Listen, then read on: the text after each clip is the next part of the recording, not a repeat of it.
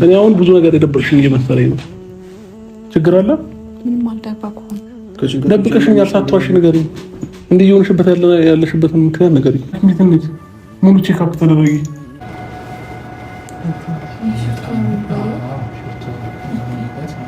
በስተመጨረሻም እንግዲህ የሄርሜላም የሩታም እርግዝና ውሸት መሆኑ ተረጋግጧል ማለት ነው። እኔ ይሄ ልጅ ምን አቅምሷችሁ ነው? ምን አስነክቷችሁ ይሁን እንደዚህ እንደምትሆኑ አላቅም። የምሬን ነው የምላችሁ። ለምንድን ነው እንደ ሴትነታችሁ ራሳችሁን ለማስከበር ትንሽዬ እንኳን ጥረት የማታደርጉት ማለት ነው? ሰው እንዴት በእርግዝና ይዋሻል? እርግዝና እኮ በጊዜ ሂደት ማለት ነው ራሱን እያሳየ ብዙ አይነት ለውጦችን እያሳየ የሚመጣ ነገር ነው።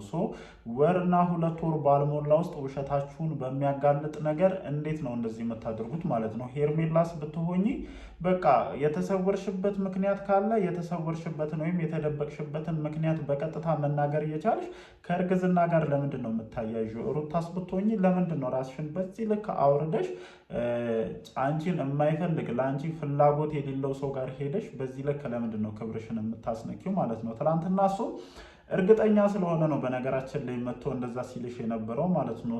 እርግዝናው የለም፣ ይሄ ደግሞ የተረጋገጠ ጉዳይ ነው ማለት ነው። እናንተም በቂ የሆነ ማስረጃ ማቅረብ አትችሉበትም። እኔ መረጃው ስለደረሰኝ ነው በነገራችን ላይ ማለት ነው። የሄርሜላ የሩታም እርግዝና ውሸት መሆኑን የሚያሳይ መረጃ ስለደረሰኝ ነው። እና ይገርማል ብቻ ግን ነገ ላይ ለሚታይ ነገር ነገ ላይ እናንተም እምነት በሚያሳጣችሁ ነገር በነገራችን ላይ ብዙዎቻችሁ አታስተውሉትም እንጂ አንዴ እምነታችንን ካጣን በሰው ዘንድ ያንን እምነታችንን መልሶ ማግኘት ምን ያክል አስቸጋሪ ሊሆን እንደሚችል ይገባችኋል ብዬ አስባለሁ። ከዛ ውጪ በሄርሜላ እርግዝና አብርሃም ሲደሰት ታይተናል እና እንደዚህ የተደሰተብሽን ሰው ከሄርሜላ ፍሬ ያገኘው ብሎ የሚያስብን ሰው በዚህ ልክ ማታለሉ ለምን እንዳስፈለገሽ አላቅም። በጊዜያት ሂደት ግን ለዚህ ነገር በቂ የሆነ ምላሽ ትሰጫለሽ ብዬ አስባለሁ ማለት ነው። አንተም ብትሆን እኔ እንጃ አብርሃም የራስ ችግር ነው በነገራችን ላይ ሴቶቹ እንዲሆኑ የሚያደርገው ማለት ነው።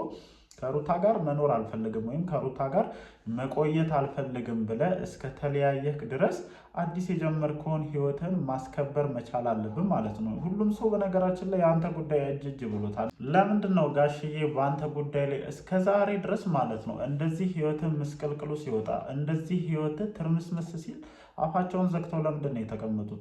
በቃ የምታደርገው ነገር በሙሉ የህፃን ስለሆነ የራስህን ህይወት ማስከበር ስለማትችል የራስህን ህይወት የትኛውም ሰው መጥቶ እንዲበጠብጠው እድሉን ስለምትሰጥ ማለት ነው። እኔ በነገራችን ላይ ሰው እንደ ትልቅ ነገር አካብዶ ወይም እንደ ቢግ ዲል አድርጎ የሚመለከተው ምንድን ነው አንተ ከሩታ ጋር ያለን ግንኙነት አቁመ ወደ ሄርሜላ መሄድህን ነው በጣም ብዙ ሰው እንደ ትልቅ ነገር አድርጎ የሚያወራው ማለት ነው። ይሄ በአንተ የተጀመረ ነገር አይደለም፣ በአንተም የሚቆም ነገር አይደለም። እስከዛሬ በጣም ብዙ ሰዎች ሲያደርጉት የነበረ ነገር ነው። ምናልባትም አንተ ጋር ትንሽ እንትን ሆኖ የታየው ሚዲያ ላይ መተህ እንደዛ በማድረግ ነው። ሩታን ወዳታለሁ፣ ሩታ የህይወቴ አካል ናት፣ ሩታ የህይወቴ እስትንፋስ ናት እያልክ እያንዳንዱ ማለት ነው ሩታን ምን ያክል እንደምትወዳት ሩታ በአንተ ህይወት ውስጥ ምን አይነት አስፈላጊ ሴት እንደሆነች የተናገርክባቸው ቪዲዮዎች ሚዲያ ላይ ስለተጫኑ እንደዚህ ባወራበት አንደበቱ ዛሬ ላይ ሄርሜላ ናት የህይወቴ ንግስት፣ ሄርሜላ ናት የኔ የኑሮ ያጋር ምናምን ስትል ለሰው ስለሚገርመው ነው ትልቅ ነገር የሆነው እንጂ እኮ ምንም ማንም ይዋደዳል፣ ይፋቀራል። አለመስማማቶች ሲኖሩ ይለያያልና ደግሞ በድጋሚ ሌላ ሴት ወዶ ሌላ ሴት አፍቅሮ አዲስ ህይወትን ይጀምራል። በሴቶችም ተመሳሳይ አይነት ነገር ነው። በእናንተ የተጀመረ ነገር አይደለም። እንዳልኳችሁ ሚዲያ ላይ ጎላ አድርጎ ይሄንን ነገር የሚያሳየው ምንድን ነው? እናንተ ፍቅራችሁን ስትገላለጹ የነበራችሁበት መንገድ እዚህ ቡታጀራ ላይ ሆናችሁ ሩታ አንተን ለማግኘት የከፈለችው መስዋዕትነት አንተም እሷን ደግሞ ከቤተሰቧ ወስደ የራስ ለማድረግ የሄዳችሁበት ርቀት እንዴት እንደምትዋደዱ ለህዝቡ ለማሳየት እዚህ ዩቲዩብ ላይ የምትጭኗቸው ቪዲዮዎች ናቸው ዛሬ ላይ መልሰው እናንተን በህዝቡ ዘንድ ጥያቄ እንዲነሳባችሁ ብዙ እንዲባልባችሁ እያደረገ ያለው እንጂ ምንም ይሄ በእናንተ የተጀመረ ነገር አይደለም። ወደ ነጥቤ ስመለስ የራስህን ህይወት ማስከበር አልቻልክም። ምንም እኮ ሰው አይደለም ሁለተኛ ሚስት እኔ በማወቅ ደረጃ ራሱ 3-4 ሴት አግብተው ተከባብረው እንዲኖሩ የሚያደርጉ አባወራዎች አሉ። እና አንተ መች ነው ከእንደዚህ አይነት ግርግሮች ከእንደዚህ አይነት ንጭንጮች ወጥተህ ደስተኛ የሆነ ህይወትን ልትኖር ያሰብከው ማለት ነው? የምሬን እኮ ነው የምለው። አሁን ግራ ስለገባኝ ነው። ለምሳሌ ለሄርሜላ አንድ ጥያቄ ማቅረብ እፈልጋለሁ። እስኪ አብርሽን ካገኘሁበት ጊዜ ጀምሮ ከጭቅጭቅ ውጪ ቆንጆ የሆነ ከአብርሽ ጋር ሪላክስ የማደርግበትን የፍቅር ጊዜ አሳልፌያለሁ ብለሽ የምታወሪበት ጊዜ አለሽ? እንደው ሩታ እድለኛ ናት።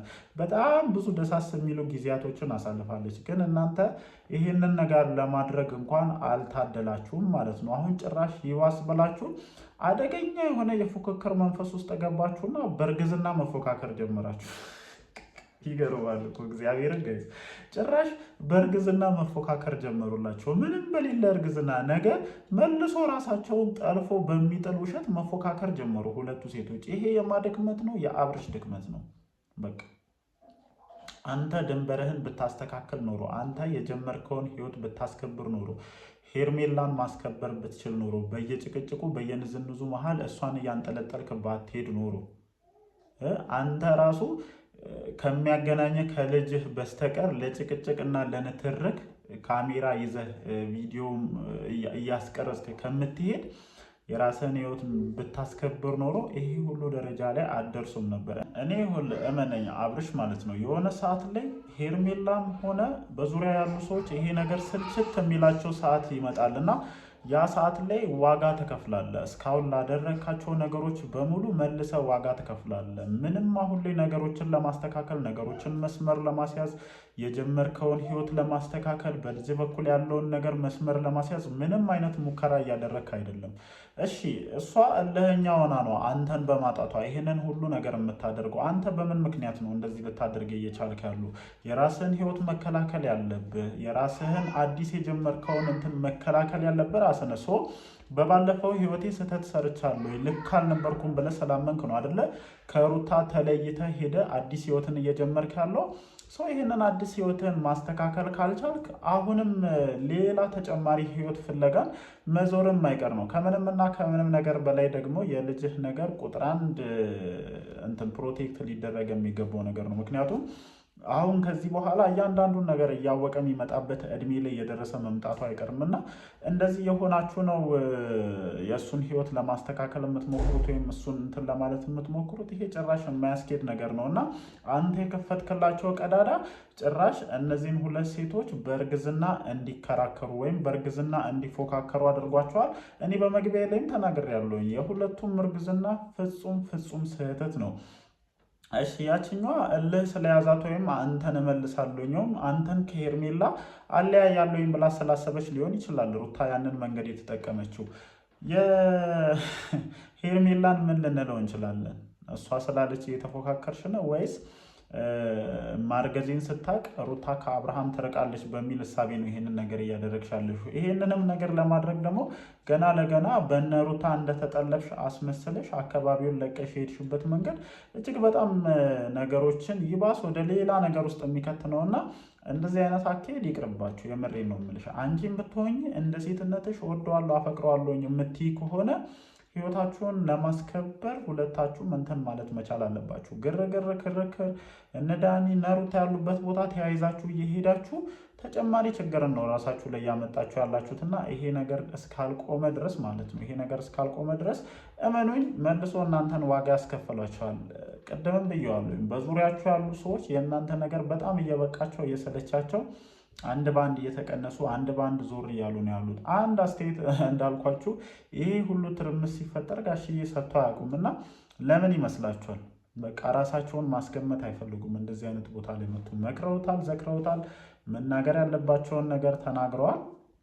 የሚሰማ አይነት ነገር ስላልሆነ ለምን ይወቀሳሉ? እሳቸው በዚህ ጉዳይ እየመጡ እየተናገሩ ማለት ነው። ለዛም ይመስለኛልና ሳይረፍድብህ ነገሮችን መስመር ማስያዙ ከማንም በተሻለ ለአንተ ይጠቅማል ብዬ አስባለሁ። አለበለዚያ ዛሬ በእርግዝና ተፎካክሯል፣ ነገ ደግሞ ምን ይዘውልህ እንደሚመጡ አይታወቅም። ጥንቃቄ ማድረግ አለብህ ብዬ አስባለሁ። ለማንኛውም ጋይስ እናንተስ በዚህ ጉዳይ ላይ ምን ሀሳብ አላችሁ? እንደተለመዱ ሀሳባችሁን ኮመንት ሴክሽን ላይ አስፍሩልኝ። ምሽት ቪዲዮ ሲለቀቁ መተን ሀሳባችንን እንሰጣለን። ይመቻችሁ።